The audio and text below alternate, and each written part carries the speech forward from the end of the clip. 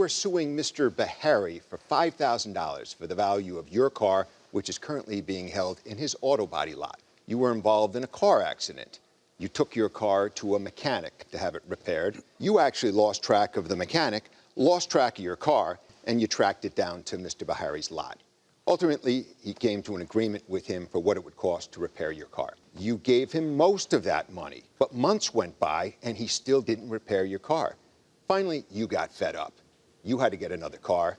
You now just want the value of your car from him. You, Mr. Bahari, say that you made it clear to her from the beginning that you would not do any work until she paid you in full. Finally, you got so fed up, you just want her to take the car.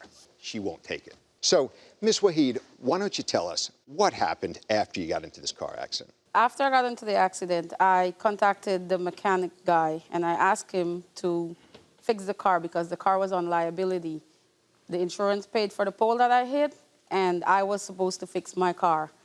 I was paying the guy to fix the car. It was in my yard. He said when the car was drivable that he was going to take it to his shop where he does mechanic work. He took the car, been trying to get in contact with him, couldn't. I went to the precinct, the police... Hang on a second, Ms. Waheed, let me stop you there. Mr. Bahari, do you know this Alex mechanic? Actually, yes, I know him well. I do work for him. And in the day of questioning, Alex called me and said he has a car that he's interested in buying. He's going to buy. That was what he told me. So he said... Is this the 2015 Honda that yes, you ultimately right. learned so with Alex Ms. Waheed? told me he's buying this car from Ms. Waheed. And he asked me if I can meet him at her house, where she lives. So when I went to the house, the car was disabled. It was on like a block.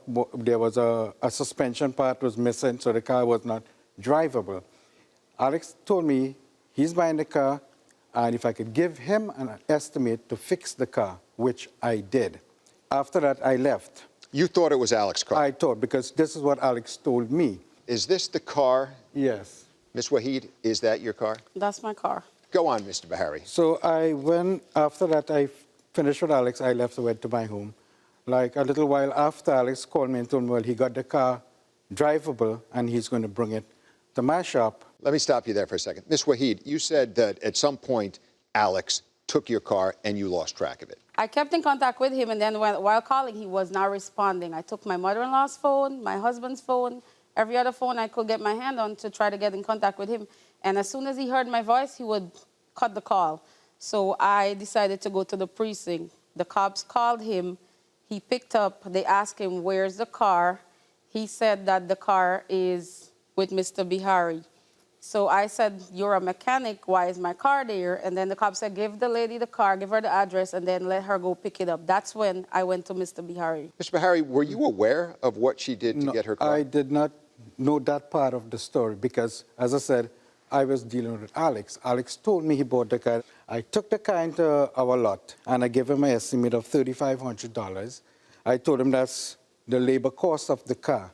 And he gave me $900 deposit, which when Ms. Waheed came to the shop now after and said, okay, this car belongs to me, I released the car to her, and I put the car out on the street for him. But mind you, before that, that car was sitting by me. No one was paying me storage. And then about 10 minutes after, Ms. Waheed said, okay, she came back to the shop, said, would you fix the car for me?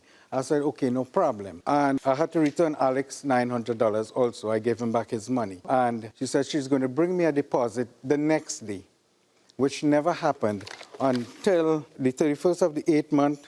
I called, no response. 29, no response.